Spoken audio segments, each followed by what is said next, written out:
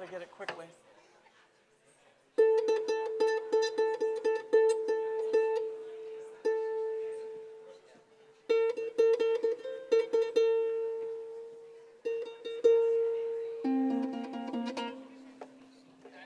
I think so. So one thing about having no levers.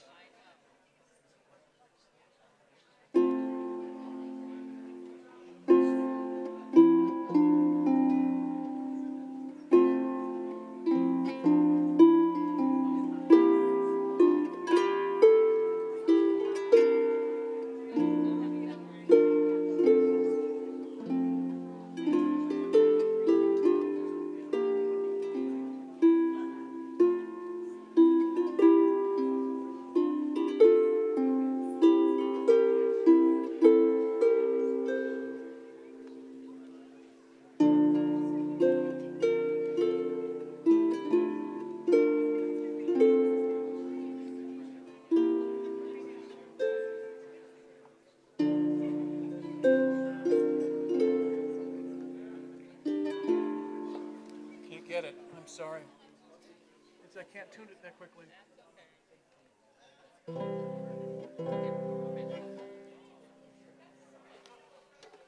I'm gonna have to stop. I can't do it. Thank you for playing again today. Yeah, I'm so happy to be doing it. You know, thank you.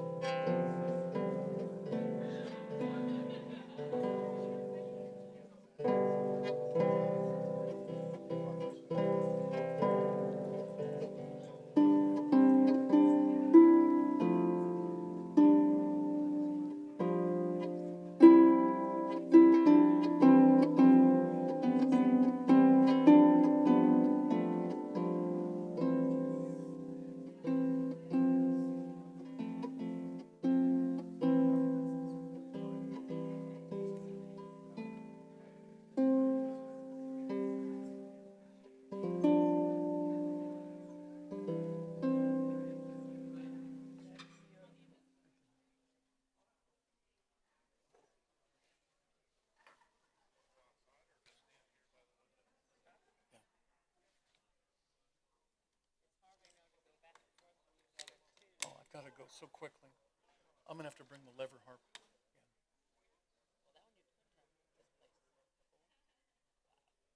That would have been impressive. You want to do that?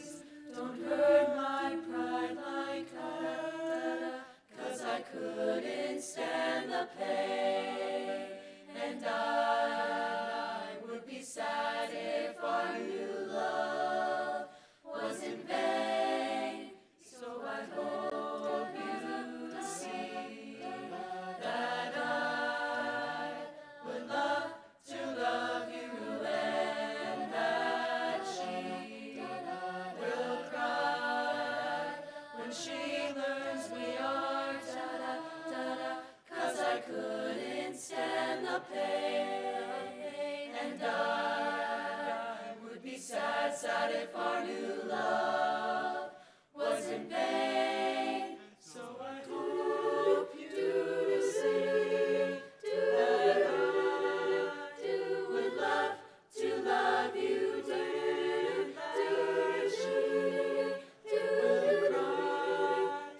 when she learns we are two. If I fell in love with you.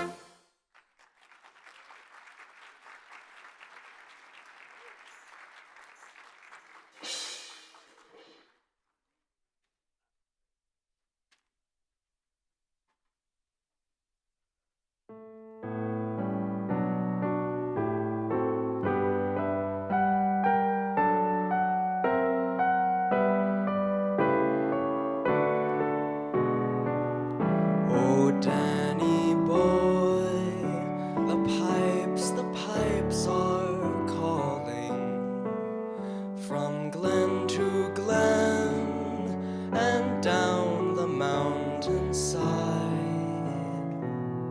The summer's gone and all the roses dying. It's you, must go and I must bide. But come ye back when summer's in the meadow, or when the valley's hushed and white with snow. 'Tis I'll be here in sunshine or in shadow. Oh, Danny boy, I love you so.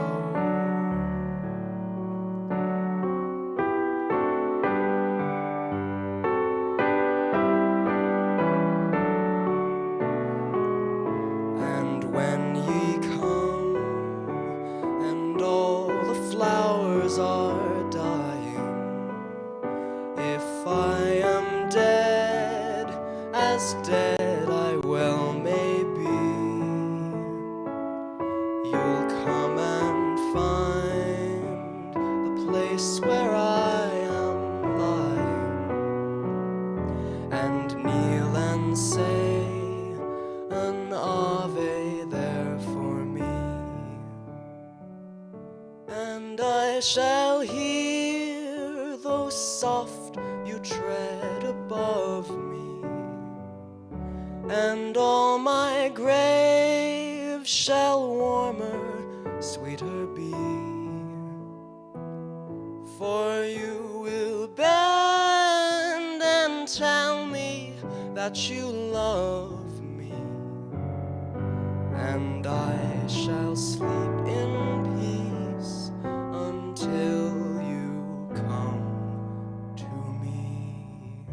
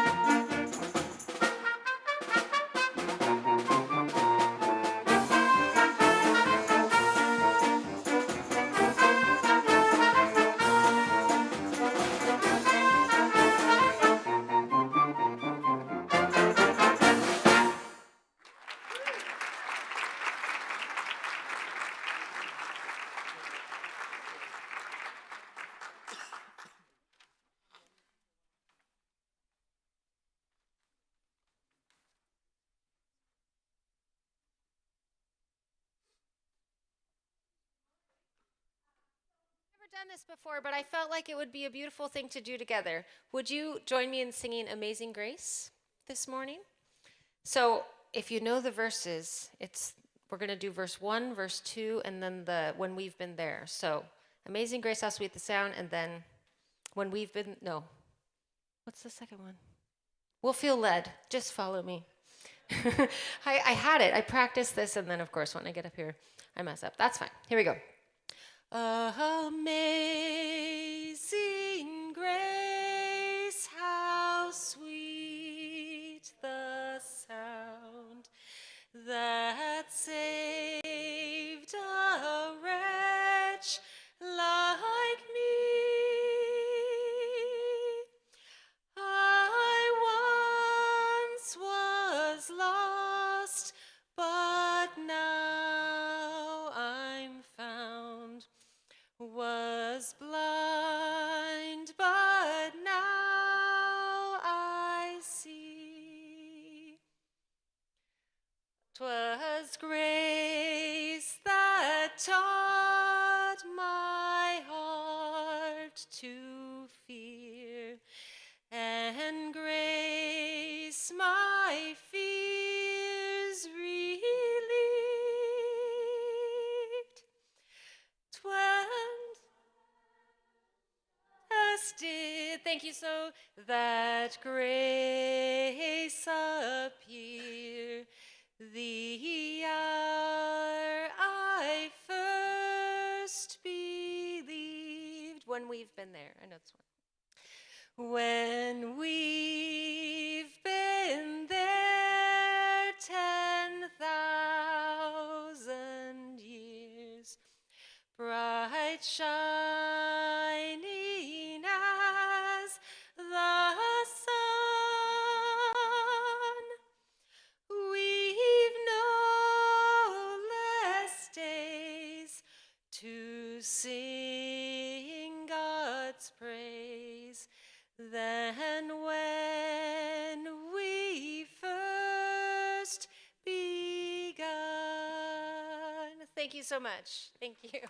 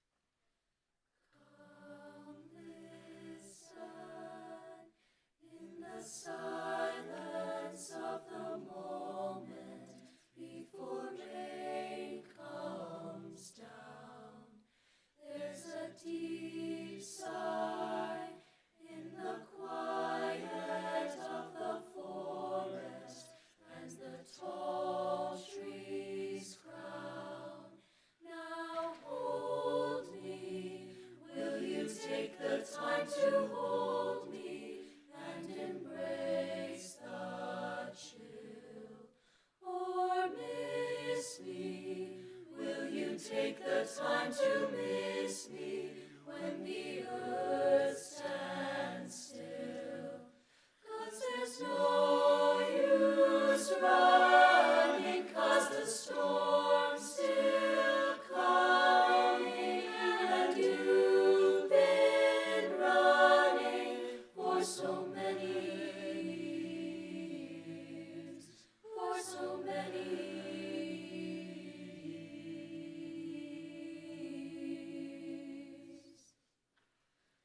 Come listen in the silence of the moment before shadows fall. Feel the tremor of your heartbeat, matching heartbeat as we both dissolve. Now hold me, will you take the time to hold me and embrace the chill? Or miss me, time to miss me when the earth stands still. 'Cause there's no use running, 'cause the storm's still coming, and you've been running for so many years. So stay with me, held in my arms like branches of a tree. They'll shelter you for many years, so many years. Stay with me.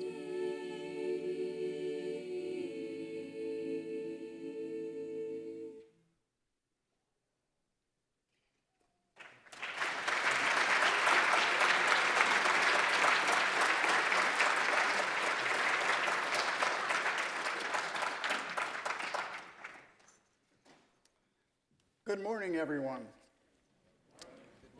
Thank you for joining us today. And thank you, especially for all you, if you had the chance to see it, that incredible flyover from the Tiger Squadron this morning. Congratulations.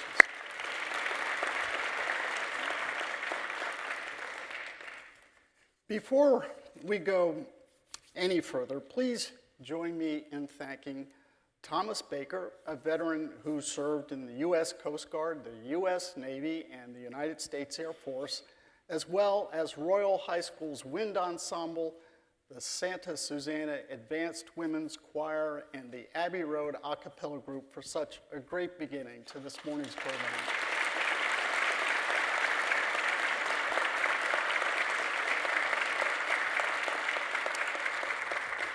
If you would, please stand for our national anthem.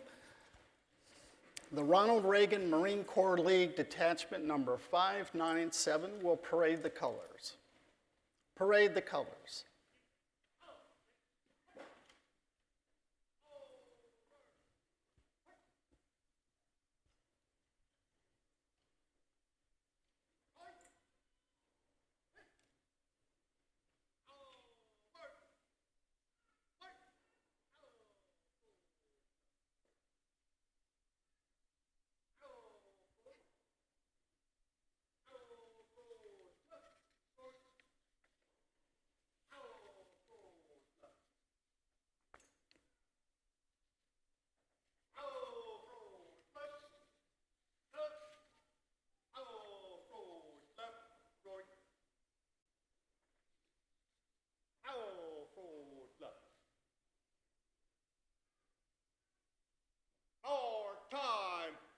March. Oh, forward, left. Detail. Halt. Left. Hit. Harry. Cut. Freeze. Cut. Cut.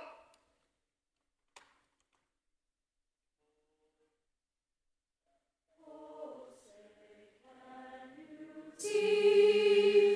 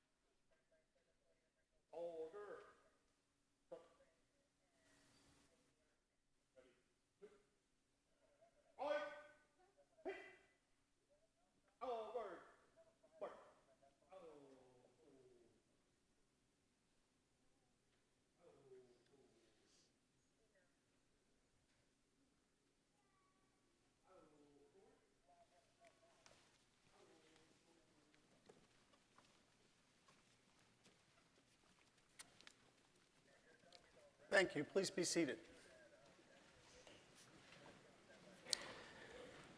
There are a few special guests we have with us this morning who have helped us on Veterans Day in our ceremony here for many years. A very special thank you to Lisa Pate and Bevan Abbey for providing today's terrific musical performances.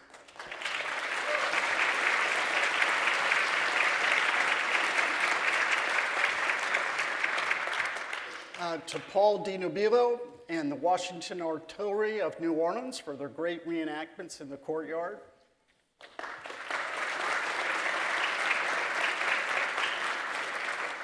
And also thanks to the Naval Mobile Construction Battalion for showcasing their military vehicles at today's event.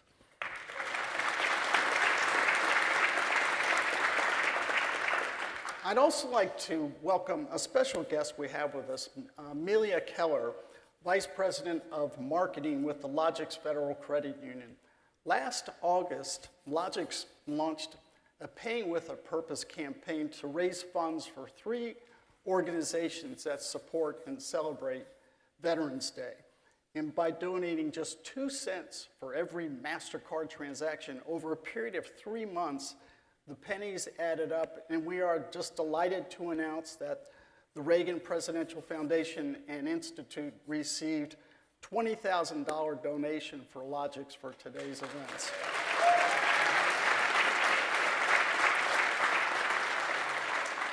Thanks so much for this wonderful gift and for including us in Logix's campaign. And of course, a special thank you to all of our veterans in our audience today. We thank you for your honor, your bravery, your dedication to our country and its freedom. We salute every single one of you.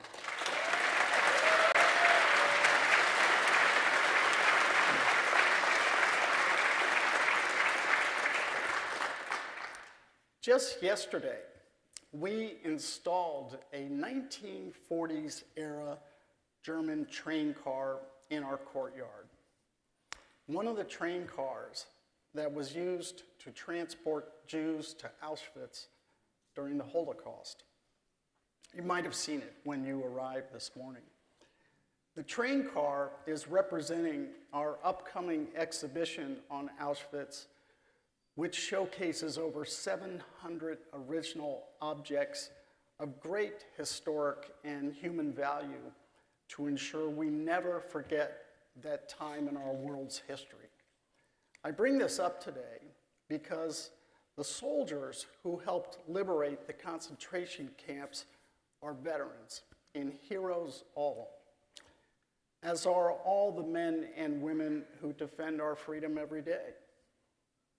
As President Reagan said in 1981 when he took office, the willingness of our citizens to give freely and unselfishly of themselves, even their lives, in defense of our democratic principles, give this nation great continued strength and vitality. In honor of these men and women, those who are currently fighting, those who are missing, those who have perished, and those who are veterans, may I please ask for a moment of silence.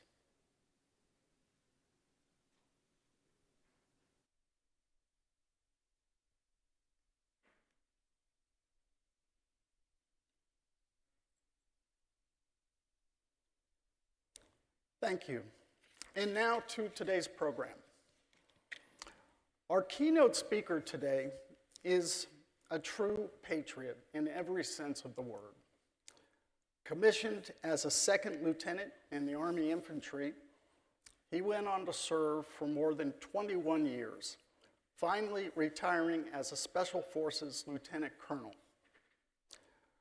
During his time in the military, he served for 8 years in the 1st Special Forces Operational Detachment Delta, where he commanded multiple troops and a squadron. He also conducted operations in Iraq, Afghanistan, and several other classified locations.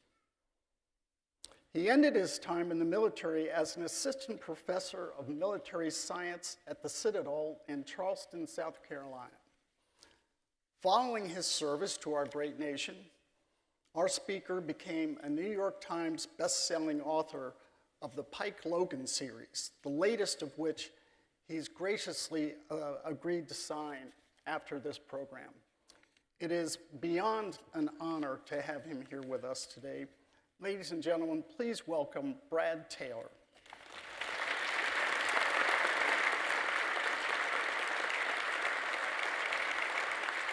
You get him, Brad. Is my mic on? Can you hear me? Is this thing working? Yeah. Thank you. It's a distinct honor to be here. I really mean it. I never thought in my wildest dreams that someday I'd be speaking at the Reagan Library. I never thought that would happen. In preparing my remarks today, I, of course, went through every old Veterans Day thing that happened here, looking at every person who ever spoke to make sure that I measured up and didn't screw this up.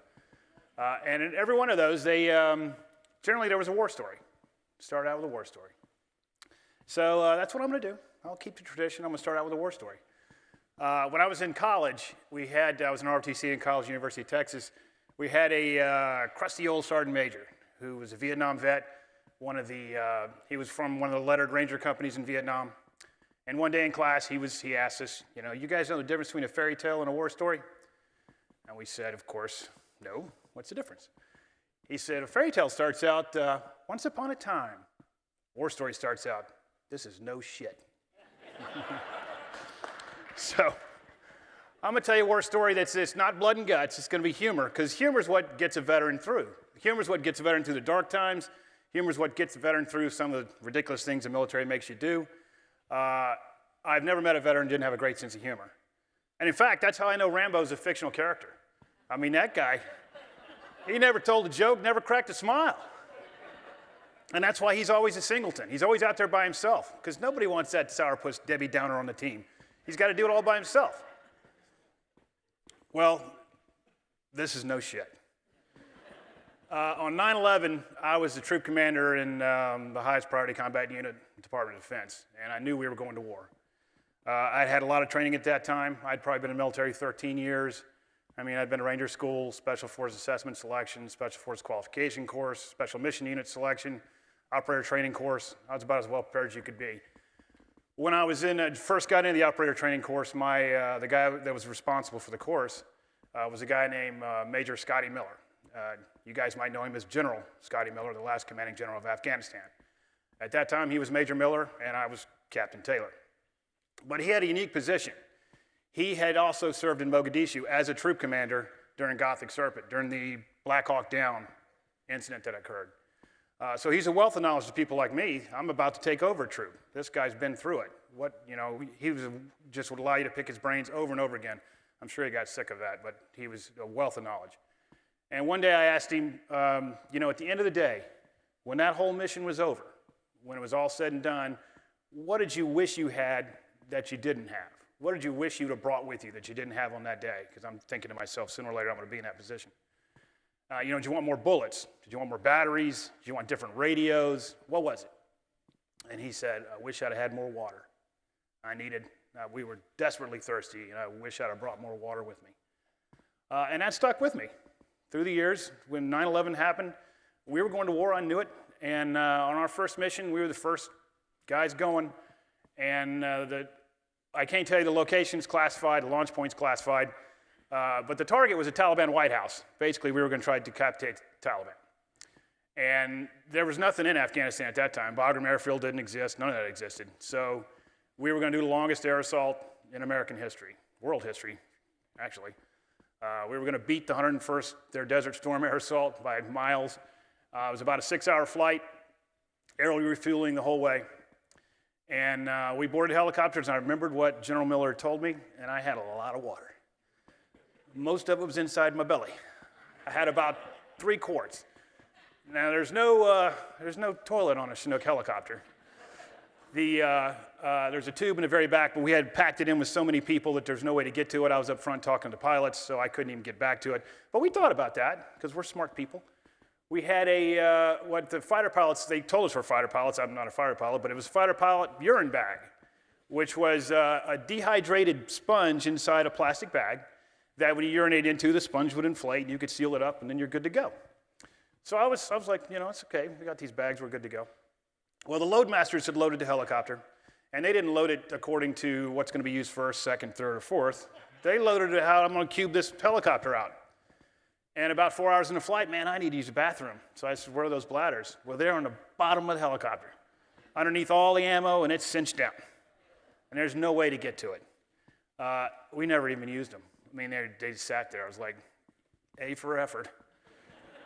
And so about 5 hours into it, I should be thinking about this assault we're about to do, and all I'm thinking is, I have got to use the bathroom. To the point where I thought it's completely pitch black inside the helicopter. Everything's black, so nobody could shoot at us and that kind of thing. No lights were running at all, and I thought, I could just pretend like I'm in a swimming pool. You go in a swimming pool, pee, nobody knows it. I could do it right here. By the time we get out and do the assault and come back, I'll probably be dry. Or at least I'll have so much sweat on me they won't know the difference. So I didn't do that, but I did think hard about it.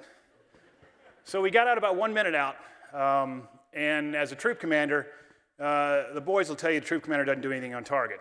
So they make you carry everything that they don't want to fight with. So Skedco litters for the wounded, sledgehammers, you name it, something they needed, here, you carry it. And when I need it, I'll holler at you, and you can bring it to me. So 1 minute out, I set my weapon on the floor of the Chinook, and I started to snap all this stuff on, getting it all on top of me.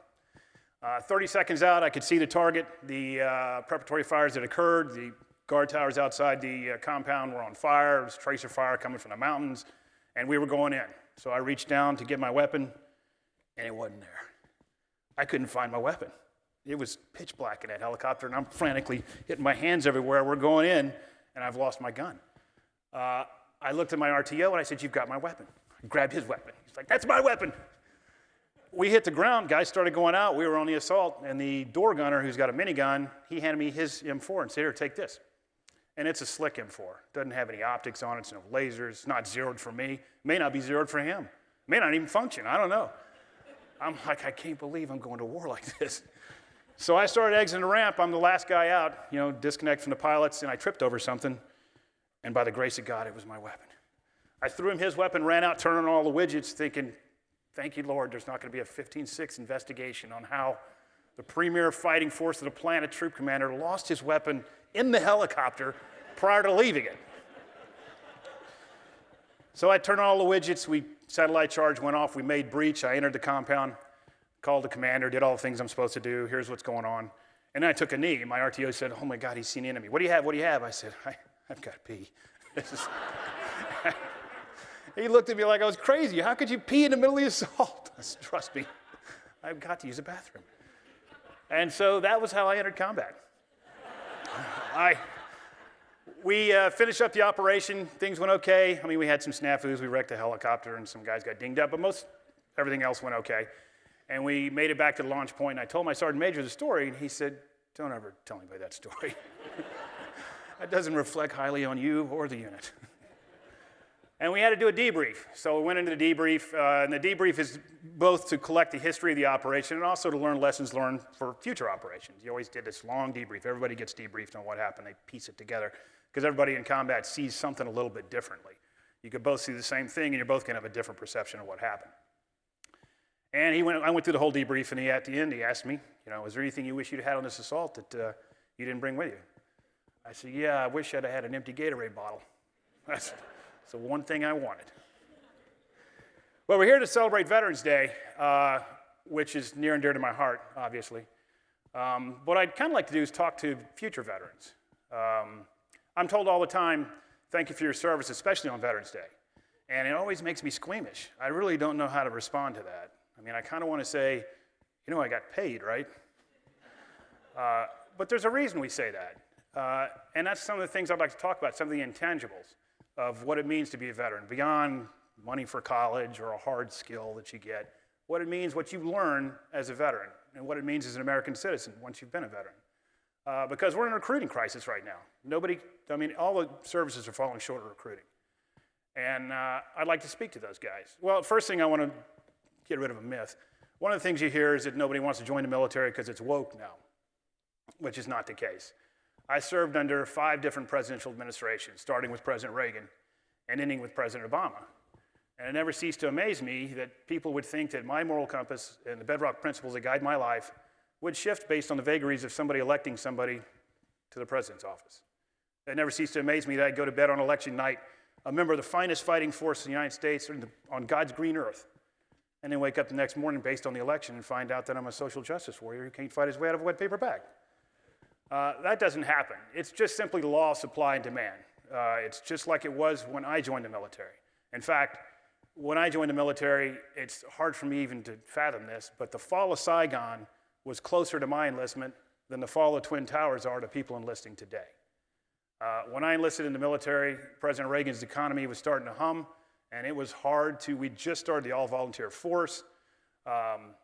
Vietnam was lurking, Desert Storm was still in the future, and the military was competing for people. I mean, very, very hard. And it was, here, I'll give you money to do this. I'll teach you how to do that. You can go to college for this.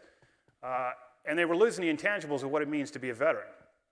And I'll tell you, I had no intention of going into the military whatsoever. Neither did my friends. And if it wasn't for fate and my father, I never would have joined the military. I went to college, what I like to call my first freshman year, and I was an incredibly poor student. I had no direction in life. I didn't know what I was doing, just going through school, going through the motions, and I was flunking out. And my father said, if you flunk out of college, you're going in the Army. And I was like, the Army? No way. Only people going to the Army can't do anything else. They're dead-enders. The Army's just full of dead-enders. And that's what you saw in the commercials at that time. And I was flunking out, so I was going in the Army. So I started researching the Army. And the more I looked at it, the more I was like, this doesn't look too bad. I grew up on a farm in Texas. I used to hunt, camp, spend a lot of time in the woods. And these guys are going to pay me to run around the woods with a rifle? And they're going to pay me to jump out of airplanes? I found, the Ranger battalions, I found special forces, found all that. And I said, this actually looks pretty decent. This looks like something I would want to do. And so my second freshman year, I enlisted in the National Guard, and I joined ROTC. And that's how I ended up in the Army. And once I was in the Army, I learned that there's a heck of a lot more to serving the nation than it is getting your college paid for or learn how to, work widgets on a helicopter or whatever it is. And that's some of the intangibles I'd like to talk to today. Some of the things you get from being a veteran that don't ordinarily translate into something concrete that you can see in a commercial. The first thing is, as a veteran, you learn how to make your bed. And according to my old boss, Admiral William McRaven, that's pretty damn important. You better make that bed. No, that's a joke. I'm a University of Texas alumni along with him. He's a friend of mine, and that commencement speech is one of the best speeches ever, so I put it in here because it'll probably be the highlight of my speech. Truthfully, the first thing you get is leadership. I mean, the American military spends an enormous amount of effort to inculcate leadership in every person who enters its realm. And there's 2 types of leadership. There's referent leader, which is somebody you follow because of the inherent characteristics of the person. It's just that he or she is somebody that people follow. It's because of who he or she is.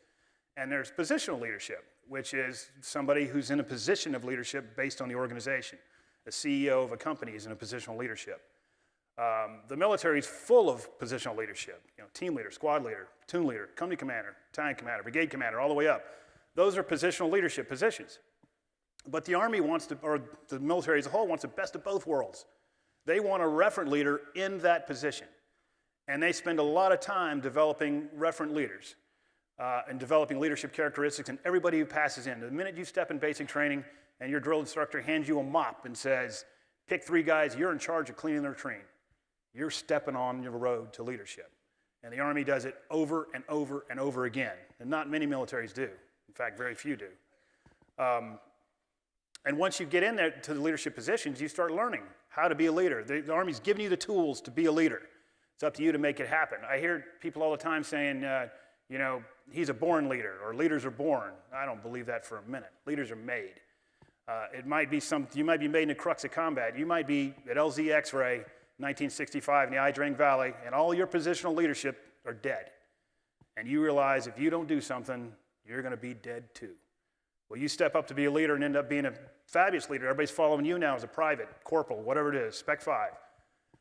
End of the day, the Army gave you the tools to step up and do that, and that's what you get out of that. Ukraine right now is doing remarkably well against Russia. President Zelensky took over as a positional leader. He's become a referent leader. He's the both. He's got them both. And the military is doing so well against the Russians in no small part to their leadership in their military. And that leadership in that military is due in no small part to the United States military. In 2014, after Putin took over the Crimean Peninsula and the two provinces up in the northeast, we started training them. We started sending in special forces teams, other guys, in to train their military. And we're training them on basic stuff. You know, here's how this system works, and here's how artillery works, and here's how you should think about a campaign plan and gathering intelligence, all the nitnoid stuff that makes an army function. But the ethos of the leadership cannot help but seep through. This is how we do leadership. We make sure everybody in here can be a leader, not just the one person. The Russian military, and the Chinese military for that matter, Russian military is positional leadership only. They're all conscripts. They waste not a minute of their day trying to inculcate leadership characteristics in any of their soldiers. In 2014, that's how the Ukrainian military fought. In 2022, that is not how they fight, and it shows on the battlefield. And I'm not saying that, the military produces, if you step into the military, you're automatically a good leader. That's certainly not the case. There's always toxic leaders and things like that. And I'll give you a good example. I was in Scout Platoon in a light infantry division, which meant we didn't have any vehicles. You walked everywhere with a rucksack on your back. And a Scout Platoon was always, 8 kilometers, 8 clicks out from the battalion trains, from where the battalions were, the FOBs for all the companies and all that kind of stuff. We were always 8 clicks out looking for the enemy so then we could send back information so they could develop a plan and hit the enemy. And we were on an exercise one time. We had a new battalion commander, and he's trying to be a good leader, show welfare for the troops, and he says, every field problem, at least once, everybody's going to get a hot meal, one time. In light infantry, that was hard to do because you had very few vehicles, and it put an enormous strain on the headquarters company to provide a hot meal for every soldier that was out there, living like an animal. But that was his decree. He's a damn good leader, and he's going to do that. But one day, I'm 10 clicks out with my Scout Platoon, and I get a call. Hey, time for your hot meal. I said, what do you mean? I'm 10 clicks away from battalion trains. I'm not coming back in there for a hot meal. I'm fine. No, you will. It's direct order. You're coming back to get a hot meal. And I said, that's crazy. He said, well, it's direct order. So I had to send my guys back 2 at a time. We had to maintain eyes on the target. 2 at a time, they went back to the battalion trains, walked with their rucksacks all the way back to the woods, and they were given a Ziploc bag. And in that Ziploc bag was mashed potatoes, meatballs, and green beans. And it was hot. There's your hot meal. And you go and walk back up to where your platoon leader is. And that was, A for effort, F for execution. That was not good leadership. But by and large, the military does do a good job at leadership. I mentioned General Miller and Admiral McRaven, 2 of the guys I've served with. They were definitely both. They're both referent in every positional leadership they had. They were outstanding leaders. And if you join the military, I don't care if you serve 2 years or 32 years, you're going to get some leadership out of that. I mean, even if it's learning that guy's a toxic leader, at least you know what leadership is. The second thing you get as a veteran is perspective, basically perspective on life. You learn what matters and what doesn't matter, what's important and what isn't important. Too often you get so many things thrown at you, you're like, I can't deal with all this, I can't deal with all this. Well, a veteran learns pretty early on with all the stupid stuff the military does, I ain't doing that. This is what really matters. And sometimes I forget that mantra myself. I'll be out front ranting and raving about something. Usually it's my fountain, which never functions, no matter what I do. And my wife will come out of the lane and say, what are you screaming about? It's like, rest and float again. And she said, what are you so upset for? You're not getting shot at. And I say, she's right. At the end of the day, that fountain doesn't matter a hill of beans. It's not worth it. In fact, just before I came over here, speaking to you guys honestly scares the hell out of me. And I spend all the time in the corner not telling anybody what I do, and now I'm speaking to 500 people. And my sister knew I was petrified, and she texted me, said, good luck, break a leg today. And I texted back and said, I'm doomed. And she texted back and says, I don't know what you're crying about. You're not jumping out of an airplane. And I was like, yeah, she's right. Forgot that perspective thing again. I'll give you a really good example of it. We used to do what we call JRXs, which are joint readiness exercises, which is when they were long exercises, days long, and they'd pull everything together. So they would exercise all components of combat power for our specific mission set. So, I mean, you had aircraft from the Air Force, and you name it. It was all in this huge, giant exercise, so they can make sure in combat we could actually function. And at the end of these exercises, at the end of every JRX, they had a SEER component, which is survival, evasion, resistance, escape, which really meant you're going to the RTL, the Resistance Training Laboratory. You're going to get put in a box, smacked around, and interrogated for 3 days while everybody else is drinking a beer. You never knew who it was. They kept it close hold. And they never pulled you out in the middle of the exercise because they wanted you to get the benefits of the exercise. It was always at the end. But somebody in that exercise was going into the box, and you never knew who it was. And so we finished up the mission. Got in the back of the helicopter, we're flying away. I'm up front again talking to the pilot, how's everything going? And he comes on the net and says, hey, let everybody know we're making a hard landing. The flux capacitor or whatever it was has gone wrong on the helicopter. We're making a hard landing. So I knew exactly what that meant. He's going to land us next to a van. We're getting rolled up. We're the selected ones. So I contacted all the guys in the helicopter on my internal net, said, hey, we're making a hard landing, and they all tensed up because they knew what that meant. We're all getting rolled up. We're the ones going to the RTL. We're the ones that are going to get smacked around. No fair. And I looked at the cockpit, and the pilots are flipping switches and going crazy, and I said, they're awfully overacting this. And I said, when I broke in after a little bit of time, I said, what's going on? He said, I told you, we're having a hard landing. Get your guys ready. Really reckon? He said, yes. So I was like, hey, don't worry about it. We're wrecking. Everybody in the back of the helicopter is like, oh, okay. I can handle that. That's a small thing. The big thing was going in the box. The third thing you get is teamwork. From the minute you joined, two of the big dogmas of the military are your joint forces and combined arms. It's all teamwork. And from the minute you join the military, you're learning teamwork. I don't care if it's in basic training where you're learning the 3 to 5 second buddy rush. I'm moving while you're covering me. You move, I'll cover you. You're learning teamwork, and it moves up to the platoon. The platoon's got a machine gun section. They're providing suppressive fire while you flank to the right. That's teamwork. And then it goes up to the company level. He's got mortars he's employing, artillery he's employing, close air support he's employing. If you can't be a member of a team, you will fail in the military, and they will not let you fail. You will be a member of that team, whether you like it or not. And you learn a lot about teamwork. And you learn a lot about making teams with people who don't want to be on your team. In 1994, I think it was, Cambodia fell apart, and they had a coup going on, shooting in the streets, and National Command Authority said we're going to conduct a NEO, a non-combatant evacuation operation, out of Cambodia, pick up all the AMSETs, American citizens, and bring them home. And I was in 1st Special Forces Group in Okinawa at the time, and we got tasked with a mission. I was the ops officer for the battalion. We launched over there to Utapao, Thailand. And Utapao, Thailand used to be a launch point for Vietnam. It was a military base. Now it's a working, functioning commercial airfield. And now I had to convince the Thais to be on my team. I needed rehearsal sites. I needed to own their runway. I needed toilets. I needed everything. And they didn't care about AMSITs in Cambodia. They just wanted to run their airfield. And so I learned a great deal about how to build a team with a bunch of people who don't want to be on your team. And that goes through to just about every veteran I've ever met. Every veteran I know will have some kind of story like that, where they had to run into, I need to build a functioning, cohesive team with a bunch of people who have don't want to be on the team whatsoever. And then sometimes you don't want to be on a team even with the people who are supposed to be on your team. Now I've got to convince those people.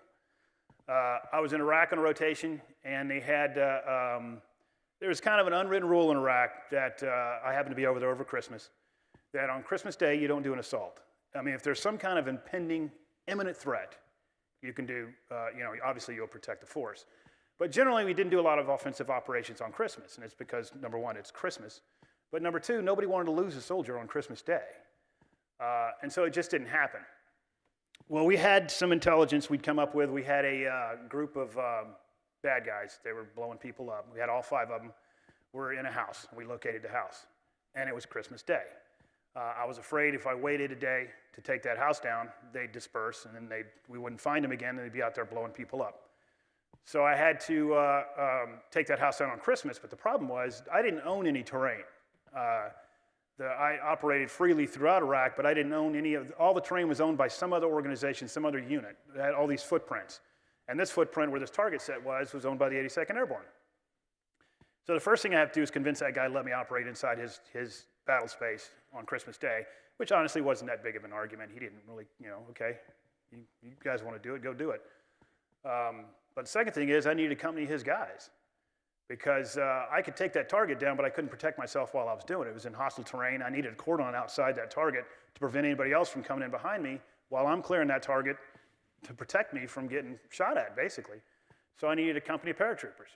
And so first I had to convince the commanding general I need that company. He eventually agreed. And then I had to convince the company commander and all his guys. Now, of course, they're going to get ordered to do it. But I needed him on my team, not just attached to my team and grumpy about it. I needed him on the team, ready to go, because we're going into harm's way, and I need to make sure everybody here is on board.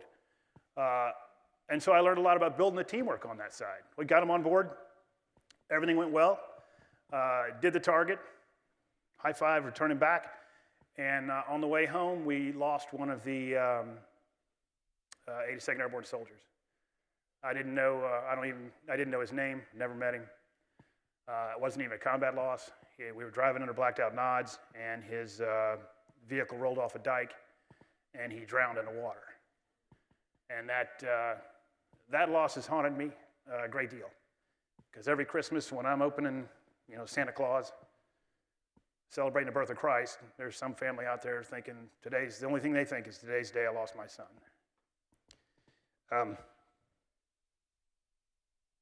And I guess the final thing is the sacrifice that the veteran gets. A veteran knows what sacrifice means. And it's not actually just the veteran, it's the families. The families sacrifice just as much as the veterans do. When 9/11 happened, my wife was 9 months pregnant. My younger daughter was born 4 days before I deployed. Luckily, I was there for the birth, but now my wife is stuck with a 6-year-old daughter and a 4-year-old and having to keep my household, having no idea when I was coming home. I certainly had no idea. I mean, it could have been a year and a half, 2 years, I don't know. And she did that through multiple deployments, over and over. I was in Iraq one time, and I called home. We had a landline. You didn't abuse it. You could call once a week or so. And I can't remember why I was calling. I was calling for anniversary, birthday, something like that. Elaine gets on the phone, and the first thing she does starts tearing into me. Darby won't do her math homework. And my guys are kidding up. We're about to do a hit. I was like, what do you mean she won't do her math homework? She just refuses to do her math homework. So I said, put her on the line. Now I'm screaming at my daughter from Iraq. You better do your math homework. I'm coming home. That's what I'm going to get you. And so I hang up the phone thinking she's got it worse than I do. But it's not only combat. I mean, Navy guys go on 6-month floats routinely.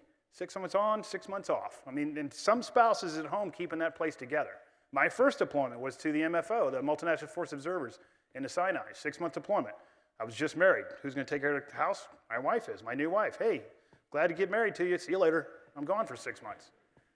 But the veteran himself knows what the sacrifice is. You may have joined the military because you're going to learn how to be a mechanic, but you learn very quickly that everything about the military is greater than yourself. You're doing something that's greater than yourself. You're not doing it for the money. You're doing it for the guy on your left or right, and ultimately you're doing it for the nation. When a guy's in the Pusan perimeter, his counterpart, 18-year-old private in Pusan perimeter in Korea, he's man and machine gun. He's got the entire fate of his company on his hands. His counterpart's stocking shelves at Walmart. This guy knows that what I do today matters much more than just to me. If I fail, the company fails. If the company fails, we're all dead. The guy working, a mechanic working on a helicopter in Bagram's not doing it because he thinks he's going to get a celebrity to his next event on time. He's doing it because if he doesn't do it correctly, somebody he's never met may die. And that really breeds an enormous amount of self-confidence. It starts infusing your system. You kind of forget about all the tangibles of why you joined. You start thinking about what it means to serve. It actually breeds an arrogance, almost. It's the only place I know of, only profession I know of, would be like a surgeon. Surgeon walks into a hospital room and says, there's the patient. I'm the only thing standing between him and life and death. That's pretty much every veteran. What I do is standing between my buddies to my left and right's life and death.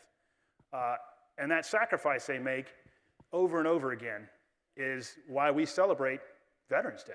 And that's why it took me a long time. I finally come to understand what thank you for your service means. While I greatly enjoyed my time serving, there is a greater good there. There's a greater proponent to the nation. And that's literally what it means to be a veteran.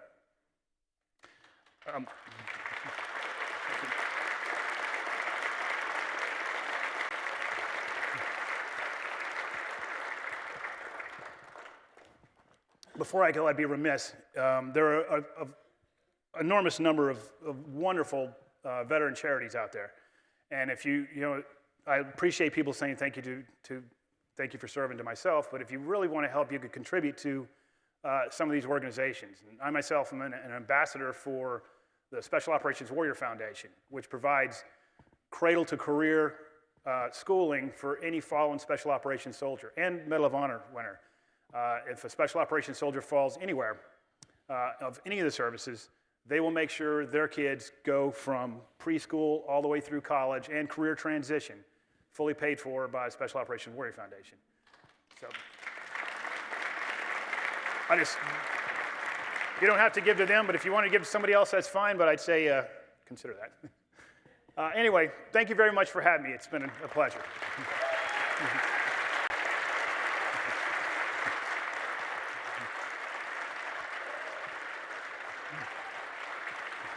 Terrific, man. Absolutely terrific. Really terrific.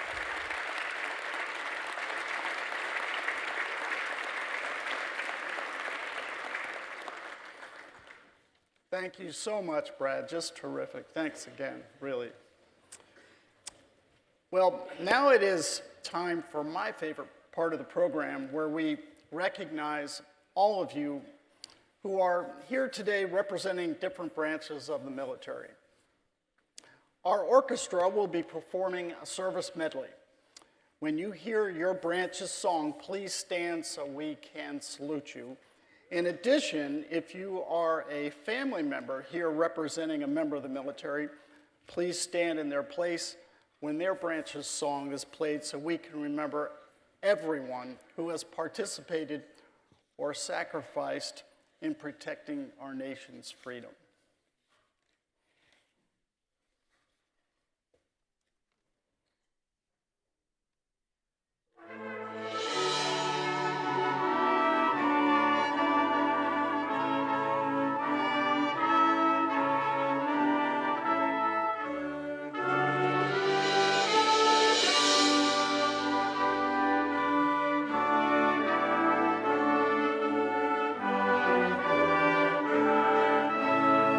Army!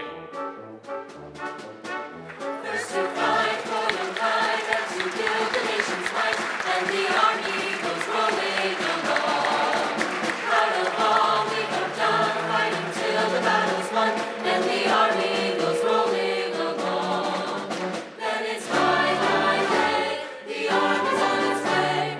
Count off the cannons loud and strong. 2, 3, 4, 1, 2, 3.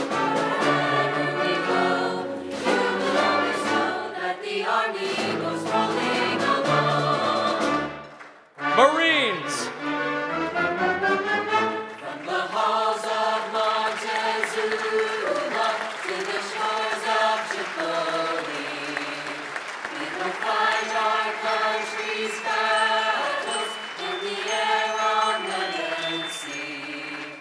First we fight for right and freedom, and to keep our honor clean.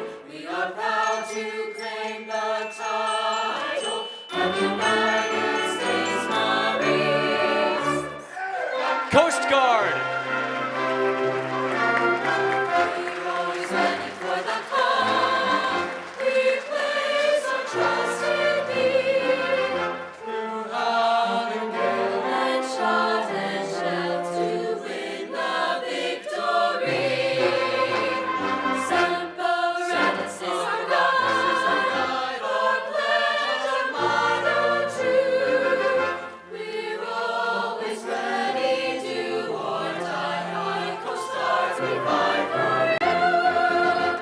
Navy.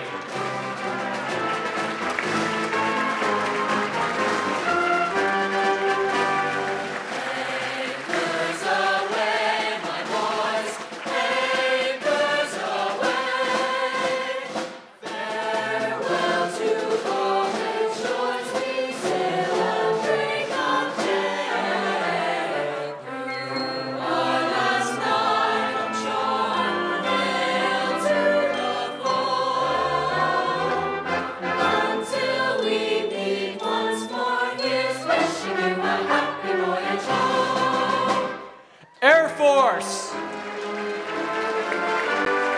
Off we go into the wide blue yonder, flying high into the sun. Here the candy come to meet our thunder, Dragon boys giving the gun. Down we dive, spreading a flame from under, off with one terrible roar. We live in fame, or down in flame, for nothing can stop the U.S. Air Force. America, America, God shed His grace on thee.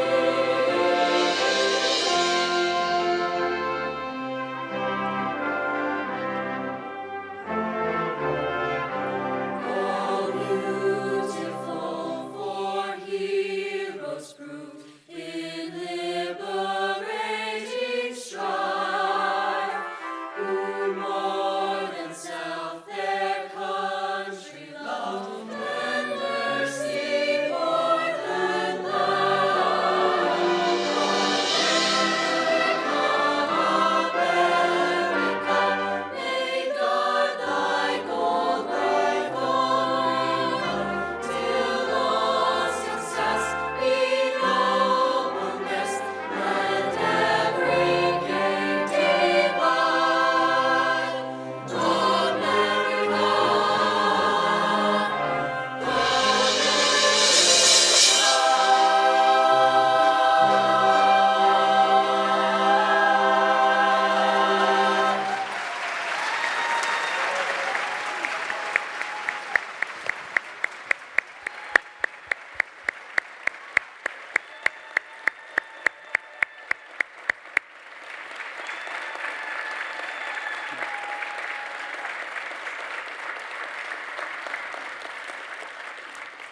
Before we conclude today's program, I want to mention that tickets for the Auschwitz exhibit that I mentioned are now available for sale at reaganlibrary.com. We are the only West Coast location for this exhibition before it's returned to Poland next year. And just today, An American Christmas exhibition opened to the public. It's the first of its kind Christmas exhibit, and we hope you will check it out. And last but not least, if you'll stick around, Brad will be signing copies of his book right here on this stage. So thanks to all of you for being here with us today. We will conclude today's program with the playing of God Bless America. God bless you all, and happy Veterans Day.